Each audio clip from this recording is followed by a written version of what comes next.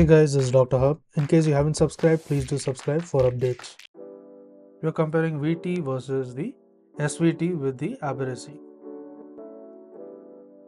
So first let's look at the VT.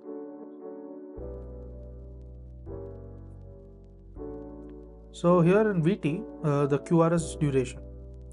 Let's divide them into the following headings. So under QRS duration, it is greater than 0.14 seconds. Next, the fusion beats. So is there presence of the fusion beats? The fusion beat, the answer is yes, fusion beats are present.